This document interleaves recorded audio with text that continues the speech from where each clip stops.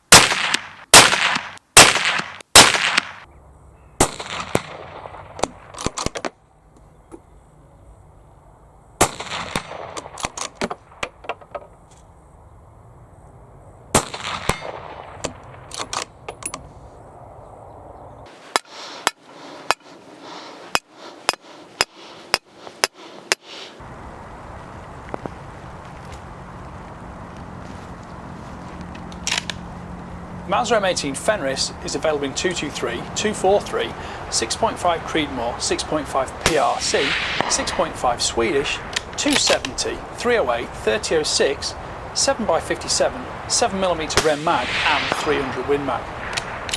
Recommended retail price is £1,499. The barrel is 22mm in diameter and cold hammer forged. It's 610mm or 24 inches long with a 1 in 8 inch twist rate. In 6.5mm like this, it will stabilise 147 grain bullets. The muzzle thread is 18x1 for a moderator or break. The M18 Action is common to all cartridge sizes, and the bolt stroke is 113mm to accommodate the largest 300 Win mag size. It's not a switch barrel rifle though, so please don't confuse what I've just said. Right, you've seen the rifle in operation, let's talk about it, and you've heard all the statistics, I can tell you all that, you can see it on the website here at the start of the video. What do I think of it? Number one, the barrel is stiff, it's heavy, but it's very thermally stable. It's a 1 in 8 twist rate and it will stabilise 147 grain 100 ELDM bullets. So that is superb in the 6.5 Creedmoor for long range usage, which is of course what this rifle is said to be good at. Second on that topic is the barrel's very thermally stable. You don't get point of impact shift as it gets hot. I didn't do many hot groups on target, but I did do quite a lot of hot groups when I was shooting longer range on steel, which, you know, doesn't reflect the size of the group so much because when the plate's swinging around it does tend to open the splash mark up a bit. But there was no problem with point of impact shift other than when I didn't get the wind direction quite correct and I missed a couple for that reason. Happy days.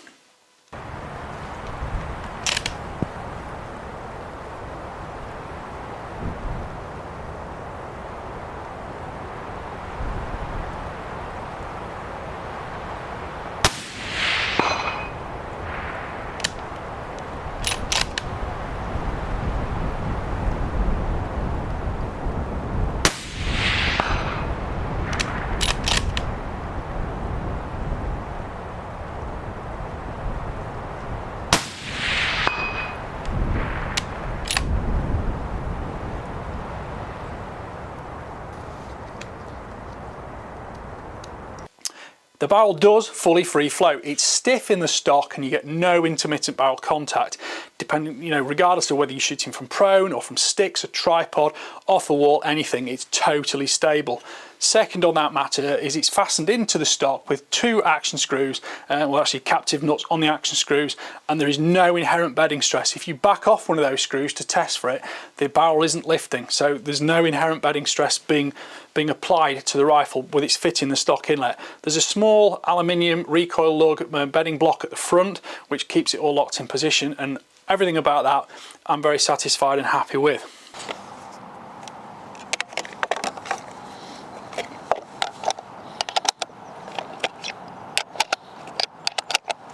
Single stage trigger is adjustable from 1 to 2 kilograms, which is 2.2 to 4.4 pounds.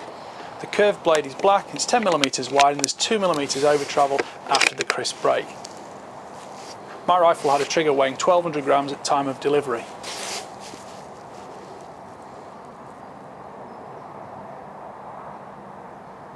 Overall length is 1110mm or 43.25 inches. Length of pull goes from 343 to 375mm, which is 13.5 to 14.75 inches. Overall weight is 4.4 kilograms, which is 9 pounds 2 ounces.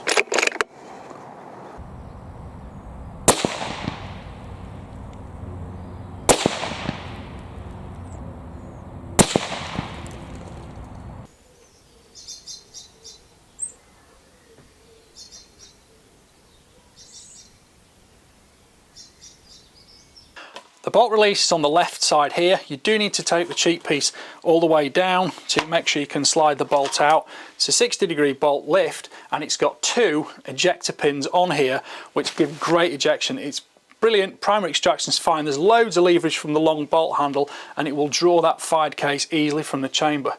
Going back to the bolt handle, sometimes I really don't like super long bolt handles because they tend to jam the bolt shaft. But on a long action rifle like this, you can have a longer bolt handle because you've got that inherent stability in terms of the leverage directions, and this rifle is very quick and very smooth in operation. That long handle, it comes up perpendicular to the action, so you don't have to sort of bump your head, bump your hat when you're operating the bolt either. It stays underneath it, whereas on a 90-degree lift bolt, even if it's a short action, you tend to bump your own hat. It's not the worst thing in the world, I'm just saying it's something you may notice, and there's plenty of people out there shoot wearing a baseball cap. The magazine system, beautiful. Mauser, Sauer magazines, very, very similar. This is 10+1 capacity. If you go into the larger calibers, the Magnums, it's 4+1. But it's a twin stack, so you can just pop the rounds in the top, and you can do that whether it's in or out of the gun. So you can, you know, put those last ones in without any problem, feed them in through the side. Even onto an empty magazine follower, just drop the rounds in, they will chamber quite nicely. So I do like that. The rifle comes with a Picatinny rail fitted. This is a 20 MOA inclination, so it's ideal for shooting longer distances, and on a big scope like this Minox that was supplied with the rifle, it's perfect for shooting out well beyond 1500 meters in this cartridge. The one thing I will say against that is I did actually use this rifle for some foxing, and I put a PARD DS scope on it, and with a 20 MOA rail I was actually just at the limit of where I could zero the PARD scope. It wasn't a problem, it's just something you need to be aware of if you are using a scope with a lower amount of mechanical travel. But that PARD DS with a PBR illuminator on it was great fun because I used this out foxing on a couple of occasions and took a few foxes with it, so I'll probably put that footage on the video. Again, Wildcat M18 moderator. This is a Wildcat Evolution moderator in 6.5mm calibers, so that worked beautifully. Cut what recoil there was, which is not a lot on a 4.4 kilogram rifle in 6.5 Creedmoor, but it does keep the sound down nicely.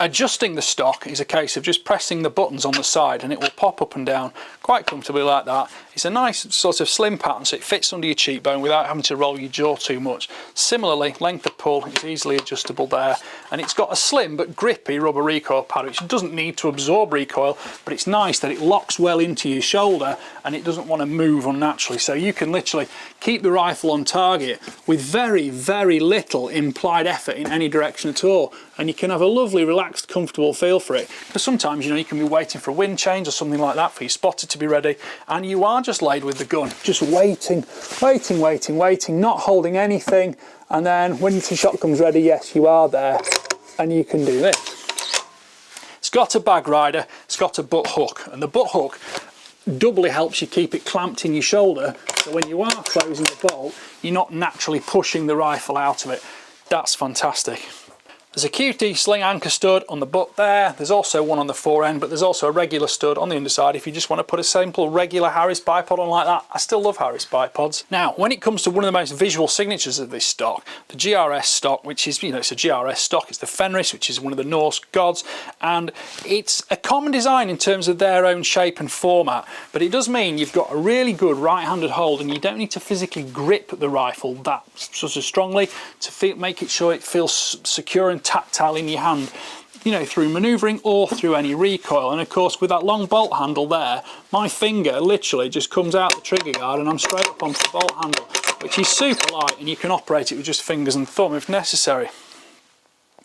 If the rifle is wet or muddy, you've still got all that grip from that lovely applied texture there, and there is actually a more subtle stipple texture in other parts of the stock as well, so they're all similarly grippy as well, places like the butt hook here and on the back side of the grip there.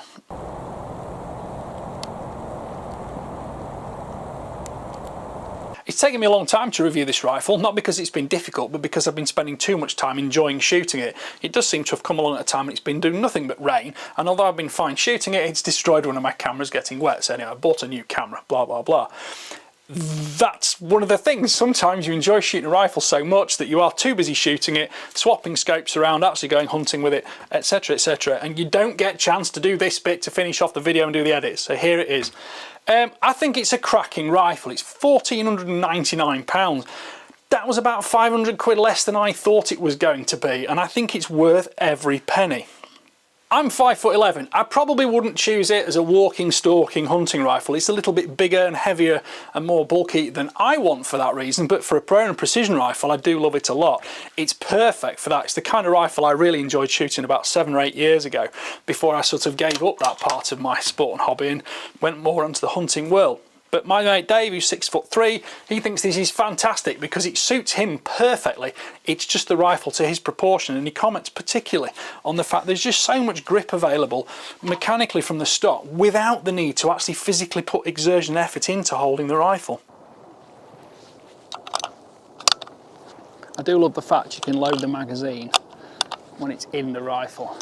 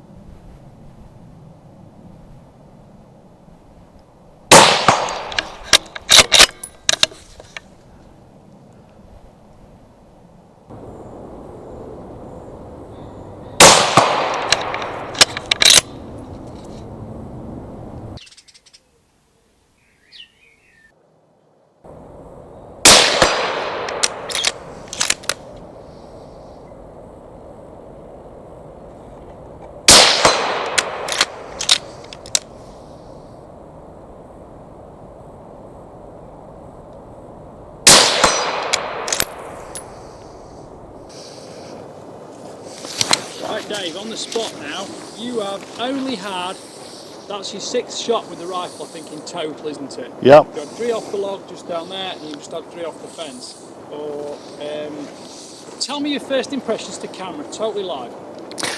It just seems to fit, and that's the biggest thing. You're not struggling for sight picture, you're not fighting anything. You just seem to be having it moulded to your hand, it fits into the shoulder, you can get stable quite easily. I mean, that's a variety of shots, one from kneeling, one from standing. The Picatinny rail makes scope mounting very, very simple, and everything about the rifle is just straight out of the box, go shooting. In fairness, I think it took about 40 or 50 rounds before it really reached its peak. It's achieved sub-MOA accuracy with everything I've put through it, but I will say I did shoot some hand loads as well, which were quite exceptionally good at sort of quarter MOA consistency. But that's hand loads versus factory ammunition. Some people will, some people won't. I will say this, it's not often I like a rifle enough that I will develop hand loads for it. You know, a review rifle, my own rifles perhaps so. But that's probably a little sign about how much I think about this Fenris rifle. I've used the M18 in both the blued format, the stainless format, the hunting stalking rifles. I've also done the chassis rifle. If I'm honest, I think I prefer this a bit to the chassis rifle, only because I'm not really a chassis rifle guy. I don't shoot PRS. I'm more a field shooter, long range steel shooting, things like that. So this would be my preference in terms of those two, but I do like the sporting ones as well. And the M18 stainless as a stalking rifle is superb. I did some great stalking with that a few weeks ago. So what can I really say? I've said it all by saying very little. There's nothing I can really say negative about this rifle. It does everything it looks like it's going to do, and it does it with subtle capability that even picky me can't really sort of critique. I think it's a very nice rifle. So thank you for watching the review. Please like, subscribe and comment, because your comments, you know, drive more videos. And don't forget, click the notification bell, because you'll see my regular weekly uploads. And please, if you go all the way through to the end of the video, there is a link to click on for the 2024 British Shooting Show, because on the 1st of April, it's the 30th of March today, on the 1st of April, ticket sales go live for next year's show. And if you're there, you may well bump into me. Thank you for watching. Bye for now.